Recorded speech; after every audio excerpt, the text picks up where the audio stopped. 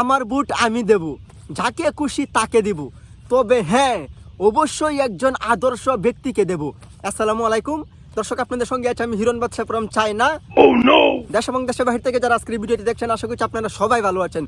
দর্শক, আমরা যারা শ্রমিক, দিনমজুর, কৃষক, আমরা যারা রিক্সা চালাই, টেলাগাড়ি চালাই, অন্যের জমিতে কাজ করি, আমরা যারা তাঁতি, কুমার, জেলে, আমরা যারা মুচার, আমরা যারা অতি সাধারণ মানুষ, আমাদের একটি ভোটের মাধ্যমেই কিন্তু ভবিষ্যতের দেশের প্রধানমন্ত্রী, এমপি, মন্ত্রী, চেয়ারম্যান, মেম্বার সমস্ত কিছু নির্ধারিত হয়, সমস্ত কিছু গঠিত হয়।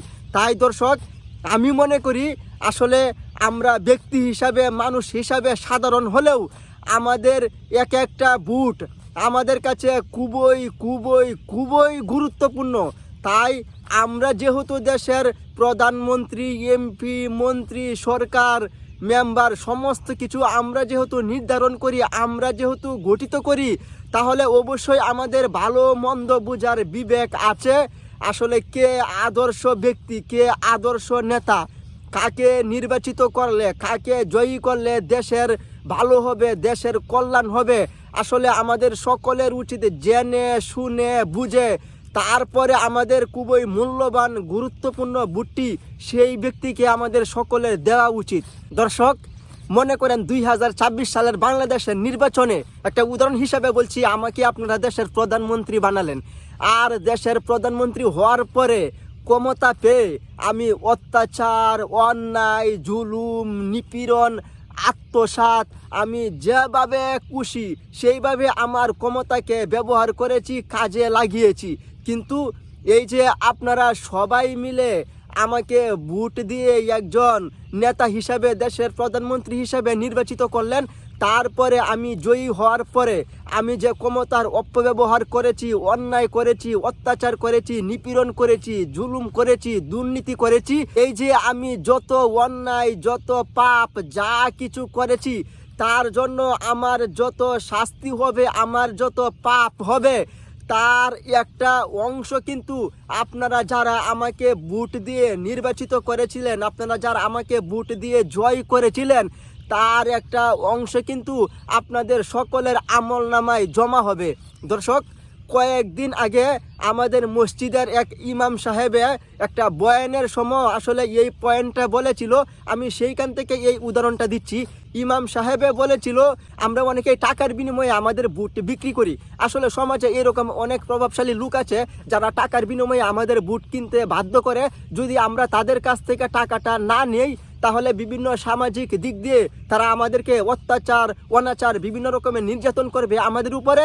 তো ইমাম সাহেব কথাটা এইভাবে বলেছিল, মনে করেন আপনি পরিস্থিতির শিকার, আপনি যদি তার কাছ থেকে টাকাটা না নেন, তাহলে সামাজিকভাবে সে আপনাকে অত্যাচার করবে, অনাচার করবে, আপনার উপরে জুলুম করবে।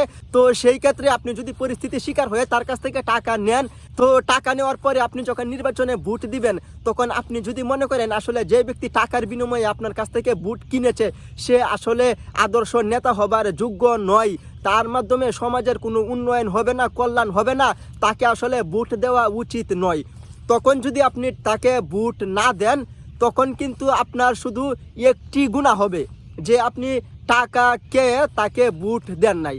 আর আপনি টাকাও খেয়েছেন, আপনি জেনে শুনে বুঝে একজন দুর্নীতিবাজকে, যার মধ্যে কোনো আদর্শ গুণাবলী নেই, তাকে আপনি ভোট দিলেন, তাহলে কিন্তু আপনার গুনাহ অনেকগুলা হবে। যেরকম এক হচ্ছে আপনি টাকার বিনিময়ে ভোট দিয়েছেন, এর জন্য আপনার একটা গুনাহ হবে। এর পরবর্তীতে হচ্ছে ওই ব্যক্তি নির্বাচনে জয়ী হওয়ার পরে যত রকমের অন্যায়, অত্যাচার, নিপীড়ন, যত রকমের জুলুমমূলক কাজ করবে, তো ওই ব্যক্তির যেরকম একটা শাস্তি হবে, ওই ব্যক্তির যেরকম পাপ হবে, ওই ব্যক্তির যেরকম গুনাহ হবে, আমরা আপনারা যারা ভোট দিয়ে তাকে নির্বাচনে জয়ী করেছি, তো আমাদের আমল নামাতেও কিন্তু তার একটা অংশ আমাদের আমল নামাতেও কিন্তু জমা হতে থাকবে। তো দর্শক, আশা করি ভালো মন্দ বুঝার বিবেক, বুদ্ধি, জ্ঞান আপনাদের সকলেরই আছে। তো আমরা কেউ কখনো চাই না আমাদের একটা ভোটের মাধ্যমে এমন কেউ নির্বাচনে বিজয়ী হোক যার মাধ্যমে দেশের কোনো উন্নয়ন হবে না, দেশের কোনো কল্যাণ হবে না। দেশের উন্নয়ন কল্যাণ তো বাদেই দিলাম, তো যাকে নির্বাচনে বিজয়ী করার পরে সে যত অন্যায় করবে, সে যত পাপ করবে, তার একটা অংশ আমাদের আমলনামাতে জমা হবে। আমরা জেনে শুনে বুঝে কখনো এমন কাউকে আমরা নির্বাচনে বিজয়ী করব না, এমন কাউকে আমরা ভোট দিব না। ভোট আমাদের গণতান্ত্রিক অধিকার, ভোট আমাদের স্বাধীনতা। আমার ভোট আমি দেব, যাকে খুশি তাকে দিব, জেনে শুনে বুঝে দিব, নিজের বিবেক বুদ্ধি জ্ঞানকে কাজে লাগিয়ে দিব। আর হ্যাঁ, অবশ্যই একজন আদর্শ ব্যক্তিকে দেব, একজন আদর্শ নেতাকে দিব। আর অল্প কয়েকদিন পরেই নির্বাচন। তো আপনি এখনই মনে মনে সিলেকশন করতে থাকেন আপনার আদর্শ সেই ব্যক্তিটিকে, আপনার আদর্শ সেই নেতাটিকে, কাকে আপনি আপনার মূল্যবান ভোটের মাধ্যমে নির্বাচনে বিজয়ী করবেন। তো দর্শক, আজকের মতো আপনাদের কাছ থেকে বিদায় নিচ্ছি। আমি মোহাম্মদ হিরণ বাদশা। দেখা হবে নতুন কোনো ভিডিওতে। ততক্ষণে সবাই ভালো থাকবেন, সুস্থ থাকবেন, নিরাপদে থাকবেন। আর হ্যাঁ, অন্য কেউ নিরাপদে রাখবেন। আল্লাহ হাফেজ।